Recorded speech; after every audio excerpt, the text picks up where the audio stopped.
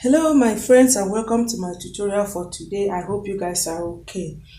For today's tutorial we're going to be concluding what we started in our previous class, which was 6 pieces bustier blouse. I said today that we're going to be talking about the pattern of 6 pieces bustier blouse. So let's just get straight to the point. I also want to appreciate you guys for subscribing. Thank you for stopping by my channel if you are new, and please don't forget to subscribe, to like, and to share our videos. All right, so now remember we already cut our 6 pieces bustier blouse. Okay, now I have cut out the corresponding lining for all the pieces of the blouse. Each of the pieces has its own corresponding lining. Okay, and I also cut out the wooden for the breast area. So here is for the center front. Now if you look at the wooden, you will discover that a part of it has a shiny surface, which is this side,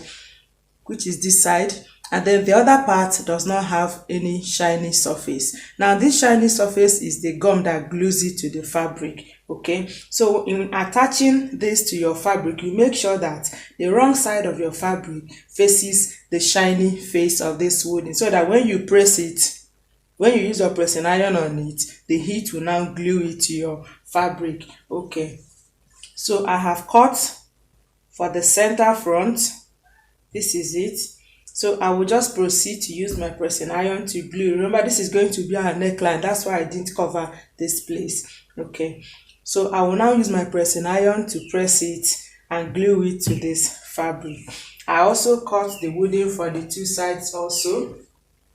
Now my client doesn't want it heavy. That is why I didn't close up all of these places. Okay, I only cut out the only part I'll be needing, which is just the bust area. That is why you have it this way. Okay, I made the cut for the two sides. This is it. I will also use my pressing iron to glue it to the body. All right, now for the lining to the front panels, I made an interlining also for it. I hope you can see it. This is for the two sides, and this here is for the center. I'm going to be using my pressing iron also to glue it. Now if you look at the interlining also, if you touch it, you discover that one side is rough, the other side is a little bit smooth, which means that the gum to the interlining is on the rough surface. So all you do is spread out your interlining, spread out your lining also on top of your interlining like so, and then use your pressing iron to glue it to the body, and that's it. Okay, now for the back panel, I didn't use any interlining for the lining. It's going to be like that. Okay, now for the lower part of our blouse, which is the flay part, I had to cut out a medium-sized interlining for it. I'll be gluing it here at the lower part like so. If you like, you can use it to cover your own fabric, but my client doesn't like it so I'll be gluing it this way. So this one is for the center. This is it. This one here is for the center like so. I'm going to use my pressing iron on it also.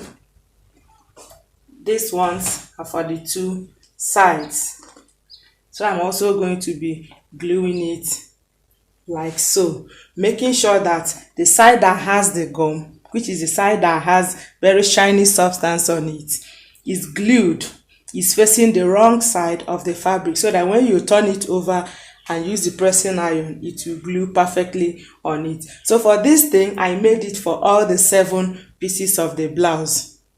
I hope you got me. For this medium size interlining, I made it for all the 7 pieces of the blouse, each of them starting from the waist area. Okay, so I will just go straight to using my pressing iron to glue it to the body of my fabric.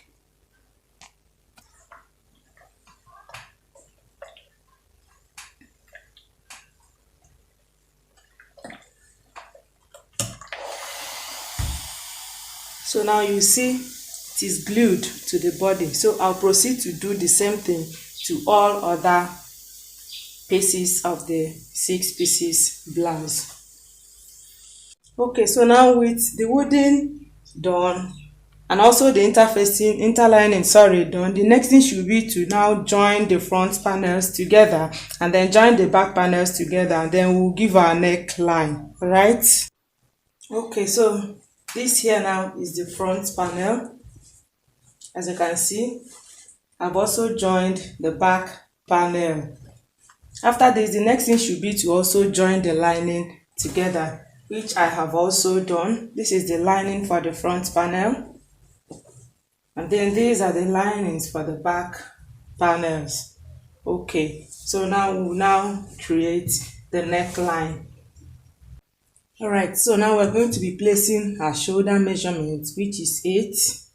That's 16 divided by 2. Our armhole is 8.5.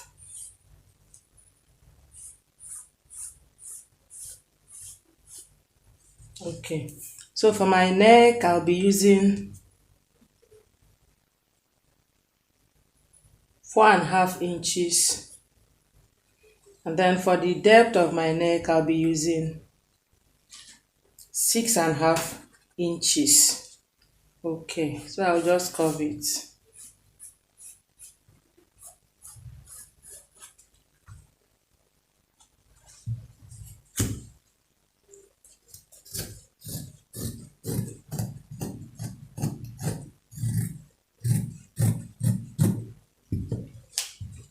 I hope you saw the way I folded the fabric, making sure that this bust line, this stitch on this part corresponds with the one I folded inside, so that you get the measurement accurately. So now I'm going to remove the excesses I placed on our shoulder.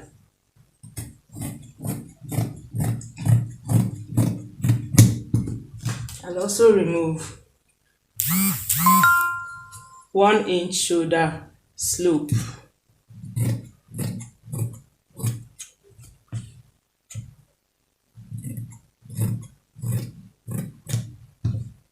All right, so I'll also do the same thing at the back panels. Okay, so for the back panel, remember for the front we used 4.5 inches for our neckline. This is our zip allowance here. This is 4.5 inches. This is 8 inches, our shoulder. Armhole is 8.5 inches. Okay. And for the depth of the neckline for the back, I will use 6 inches. Okay.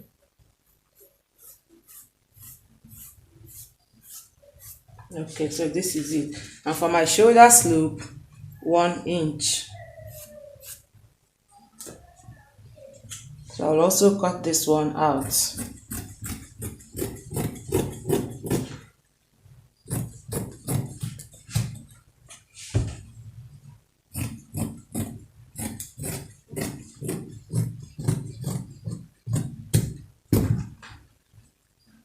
All right. So for the length of our top, it is 25 inches. So I'll just add, for the length of our top is 25 inches. I'll just add half an inch at this lower side, because I'll be taking half an inch at the shoulder line for the joining. So I'll measure 25.5 inches, which is here. I will also notch it at this point. All right. Okay. I will do the same measurements at the back panels.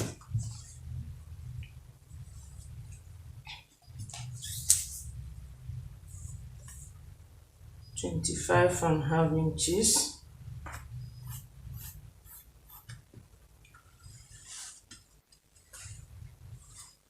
Okay. So this is at 25.5 inches.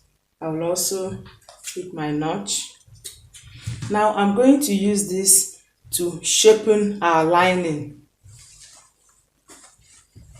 I'm going to now impute the neckline in our lining. For example, this is the lining to our front panel. You have to also fold it again. Place this one on top of it.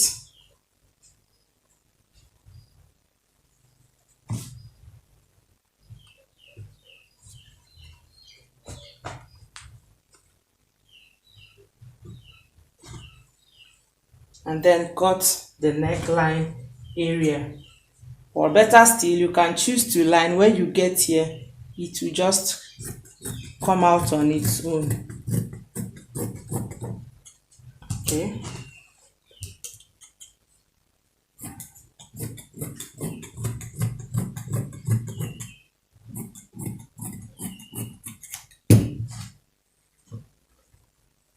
Alright, so I will now proceed to line our fabric. I will also cut the back lining like so, just the same way I did this front lining. I will start working from this lower part of our blouse like so. I will remove like say 1.5 inches from our lining before I start to sew. I will remove like 1.5 inches from our lining before I start to sew. The reason I'm removing the 1.5 inches is because we have 1.5 inches at this point. I hope it's clear. What we have left here is 1.5 inches. So I will remove it from my lining before I start to sew. This is what I mean. I'll place my fabric like so. You can see my lining is now a little bit longer than my fabric.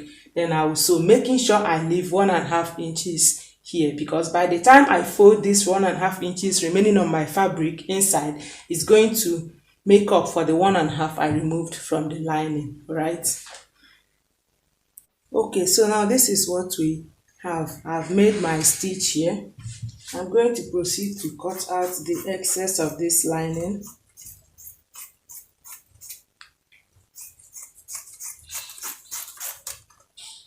And then I will open it up rather, and make another stitch against the lining like so.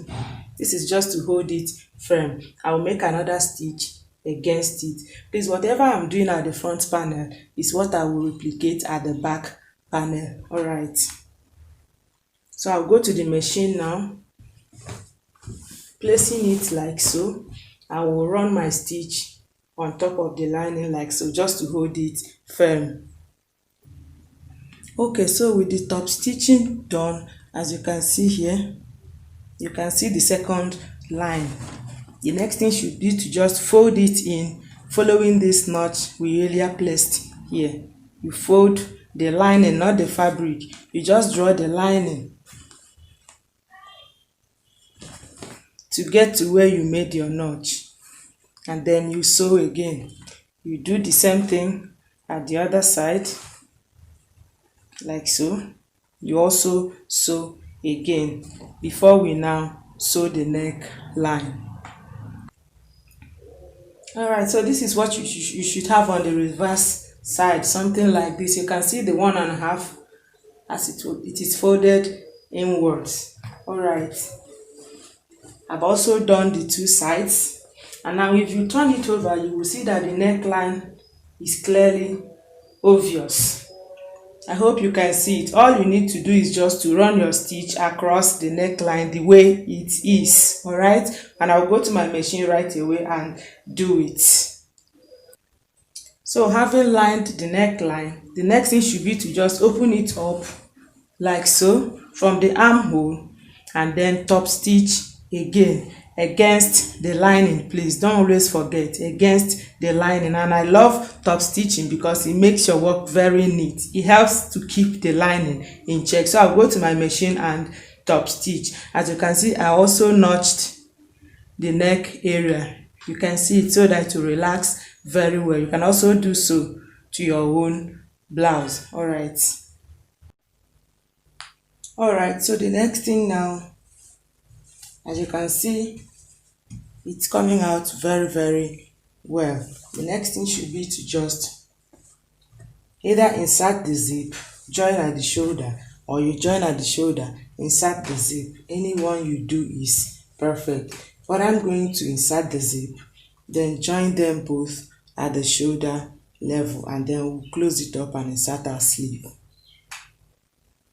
Okay, so now the zip has been inserted.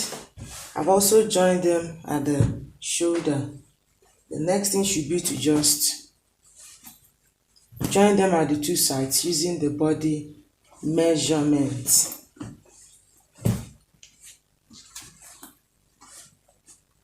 So I'm now going to use the accurate body measurement to join them here and also at the other side. Alright, so now as it is, I've joined them at the two sides. All I need to do is to just insert the sleeve, and that will be all. So I'll just proceed with the insertion of the sleeve. Alright. And then with the sleeve inserted, we are done with our 6 pieces bustier blouse. And this is it. It's actually a very easy process. I hope you can see it. This is it. Thank you for watching till the end.